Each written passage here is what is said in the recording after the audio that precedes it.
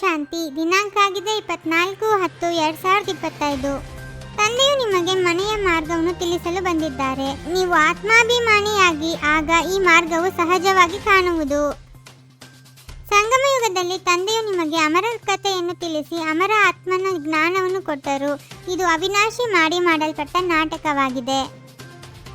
ಪ್ರತಿಯೊಂದು ಆತ್ಮನು ತನ್ನ ಪಾತ್ರವನ್ನು ಅಭಿನಯಿಸುತ್ತದೆ. ಅದು ಒಂದು ಶರೀರವನ್ನು ಬಿಟ್ಟು ಇನ್ನೊಂದನ್ನು ತೆಗೆದುಕೊಳ್ಳುತ್ತದೆ. ಇದರಲ್ಲಿ ಅಳುವ ಮಾತಿಲ್ಲವೆಂಬ ಜ್ಞಾನವು ಸಿಕ್ಕಿತು. ತನ್ನನ್ನು ಆತ್ಮನಿಶ್ಚಯ ಮಾಡಿಕೊಂಡು ಕುಳಿತುಕೊಳ್ಳಿ. ದೇಹಿ ಅಭಿಮಾನಿಯನ್ನಾಗಿ ಕುಳಿತುಕೊಳ್ಳಿ. ಆಗ ನಿಮಗೆ ಮಾರ್ಗವು ಬಹಳ ಸಹಜವಾಗಿ ಕಾಣುವುದು.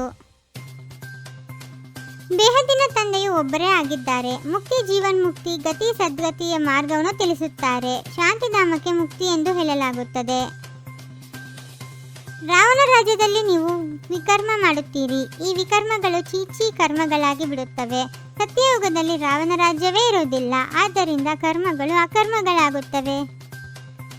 ಭಾರತವಾಸಿಗಳು ಸ್ವರ್ಗವಾಸಿಗಳಾಗಿದ್ದರು. ಈಗ ನರಕವಾಸಿಗಳೆಂದು ಹೇಳುತ್ತಾರೆ. ವಿಷಯ ವೈತರಣಿ ನದಿಯಲ್ಲಿ ಮುಳುಗುತ್ತಿರುತ್ತಾರೆ. ಎಲ್ಲರೂ ಒಬ್ಬರು ಇನ್ನೊಬ್ಬರಿಗೆ ದುಃಖ ಕೊಡುತ್ತಿರುತ್ತಾರೆ. ಇದು ಸತ್ಯವಾದ ಸತ್ಸಂಗವಾಗಿದೆ. ನೀವಿಲ್ಲಿ ಸತ್ಯ ತಂದೆಯನ್ನು ನೆನಪು ಮಾಡುತ್ತೀರಿ. ಅವರೇ ಸರ್ವಶ್ರೇಷ್ಠ ಭಗವಂತನಾಗಿದ್ದಾರೆ. ಅವರು ರಚಯಿತನಾಗಿದ್ದಾರೆ. ಅವರಿಂದ ಆಸ್ತಿಯು ಸಿಗುತ್ತದೆ. ಹೊಸ ಪ್ರಪಂಚಕ್ಕೆ ಸತೋಪ್ರಧಾನ, ಹಳೆಯ ಪ್ರಪಂಚಕ್ಕೆ ತಮೋಪ್ರಧಾನವೆಂತಲೂ ಹೇಳಲಾಗುತ್ತದೆ. ಪ್ರತಿಯೊಂದು ವಸ್ತುವು ಮೊದಲು ಸತೋಪ್ರಧಾನ, ನಂತರ ಸತೋ ರಜೋ ತಮೋದಲ್ಲಿ ಬರುತ್ತದೆ. ತಂದೆಯು ಹಿಂಸೆ ಮತ್ತು ಅಹಿಂಸೆಯ ಅರ್ಥವನ್ನು ತಿಳಿಸಿದ್ದಾರೆ. ಯಾರನ್ನಾದರೂ ಹೊಡೆಯುವುದು ಹಿಂಸೆ ಎಂದು ಹೇಳಲಾಗುತ್ತದೆ. ಎಲ್ಲದಕ್ಕಿಂತ ದೊಡ್ಡ ಹಿಂಸೆಯು ಕಾಮಕಟಾರಿಯನ್ನು ನಡೆಸುವುದಾಗಿದೆ. ಸರ್ವರ ಶಾಂತಿಯ ಸುಖದಾತನು ಒಬ್ಬ ತಂದೆಯೇ ಆಗಿದ್ದಾರೆ. ಸತ್ಯಯುಗದಲ್ಲಿ ಸುಖವೂ ಇರುತ್ತದೆ, ಶಾಂತಿಯೂ ಇರುತ್ತದೆ. ಭಾರತದಲ್ಲಿ ಸುಖ ಶಾಂತಿ ಇತ್ತು, ಈಗ ಇಲ್ಲ. ಆದರೆ ಭಕ್ತಿ ಮಾಡುತ್ತಾ ಅಲ್ಲಿ ಇಲ್ಲಿ ಅಲೆದಾಡುತ್ತಿದ್ದಾರೆ. ದೇಹ ಸಹಿತವಾಗಿ ದೇಹದ ಸರ್ವ ಸಂಬಂಧಗಳನ್ನು ಮರೆಯಬೇಕಾಗಿದೆ. ಒಬ್ಬ ತಂದೆಯನ್ನು ನೆನಪು ಮಾಡಬೇಕಾಗಿದೆ. ಆತ್ಮವು ಇಲ್ಲಿಯೇ ಪವಿತ್ರವಾಗಬೇಕಾಗಿದೆ. ನೆನಪು ಮಾಡದಿದ್ದರೆ ಮತ್ತೆ ಶಿಕ್ಷೆಗಳನ್ನು ಅನುಭವಿಸಬೇಕಾಗುವುದು. ರಾಜಕುಮಾರ ಕುಮಾರಿಯರಿಗೆ ಸ್ವಯಂವರವಾದ ಮೇಲೆ ಹೆಸರು ಬದಲಾಗುತ್ತದೆ. ಅಂದಾಗ ತಂದೆಯು ಮಕ್ಕಳನ್ನು ಇಂತಹ ದೇವತೆಗಳನ್ನಾಗಿ ಮಾಡುತ್ತಾರೆ. ಆದರೆ ತಂದೆಯ ಶ್ರೀಮತದಂತೆ ನಡೆದಾಗ ಮಾತ್ರ. ಬ್ರಾಹ್ಮಣರು ಕಾಮಚಿತೆಯ ಮೇಲೆ ಕೂರಿಸುವ ಕಂಕಣವನ್ನು ಕಟ್ಟುತ್ತಾರೆ. ನೀವೀಗ ಸತ್ಯವಾದ ಬ್ರಾಹ್ಮಣಿಯರು ಕಾಮಚಿತೆಯಿಂದ ಇಳಿಸಿ ಜ್ಞಾನಚಿತೆಯ ಮೇಲೆ ಕೂರಿಸಿ ಕಂಕಣವನ್ನು ಕಟ್ಟುತ್ತೀರಿ. ನೀವು ಬ್ರಾಹ್ಮಣ ಮಕ್ಕಳೇ ಸ್ವದರ್ಶನ ಚಕ್ರಧಾರಿಗಳಾಗಬೇಕಾಗಿದೆ, ದೇವತೆಗಳಲ್ಲ. ಆದರೆ ಬ್ರಾಹ್ಮಣರಿಗೆ ಈ ಅಲಂಕಾರಗಳನ್ನು ತೋರಿಸುವುದಿಲ್ಲ, ಏಕೆಂದರೆ ಇನ್ನೂ ಪುರುಷಾರ್ಥಿಗಳಾಗಿದ್ದೀರಿ. ಇಲ್ಲಂತೂ ಮೃತ್ಯುವು ಮನುಷ್ಯನಿಗೆ ಎಷ್ಟೊಂದು ಭಯವನ್ನುಂಟು ಮಾಡುತ್ತದೆ. ಅದರಲ್ಲಿ ಹೆದರುವ ಅಳುವ ಮಾತೇ ಇಲ್ಲ.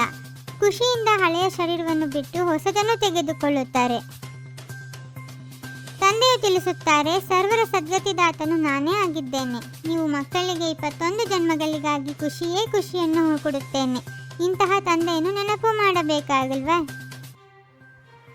ಒಬ್ಬ ತಂದೆಯ ಮತದಂತೆ ನಡೆದು ಸದಾ ಸಂತುಷ್ಟರಾಗಿ ಸಂತೋಷಿ ದೇವಿಯಾಗಬೇಕಾಗಿದೆ. ಇಲ್ಲಿ ಯಾವುದೇ ಆಸೆಗಳನ್ನಿಟ್ಟುಕೊಳ್ಳಬಾರದು. ನೀವು ಸಾಹಸವಂತರಾಗಿದ್ದೀರಿ ಅಂದಾಗ ಹದ್ದಿನ ಮತ್ತು ಬೇಹದ್ದಿನ ಸಿನಿಮಾದ ರಹಸ್ಯವನ್ನು ತಿಳಿದು ಅನ್ಯರಿಗೂ ತಿಳಿಸಬೇಕಾಗಿದೆ. ಸರ್ವಿಸ್ ಮಾಡಬೇಕಾಗಿದೆ.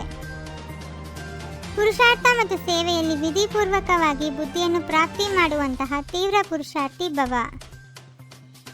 ಬ್ರಾಹ್ಮಣ ಅರ್ಥಾತ್ ವಿಧಿಪೂರ್ವಕ ಜೀವನ. ಯಾವುದೇ ಕಾರ್ಯದಲ್ಲಿ ಸಫಲತೆ ಆವಾಗ ಬರುತ್ತೆ ಯಾವಾಗ ವಿಧಿಯಿಂದ ಮಾಡಲಾಗುತ್ತೆ ಆಗ. ಸ್ವಚ್ಛತೆ ಮತ್ತು ಸತ್ಯತೆಯಲ್ಲಿ ಸಂಪನ್ನರಾಗುವುದೇ ಸತ್ಯ ಪವಿತ್ರತೆಯಾಗಿದೆ.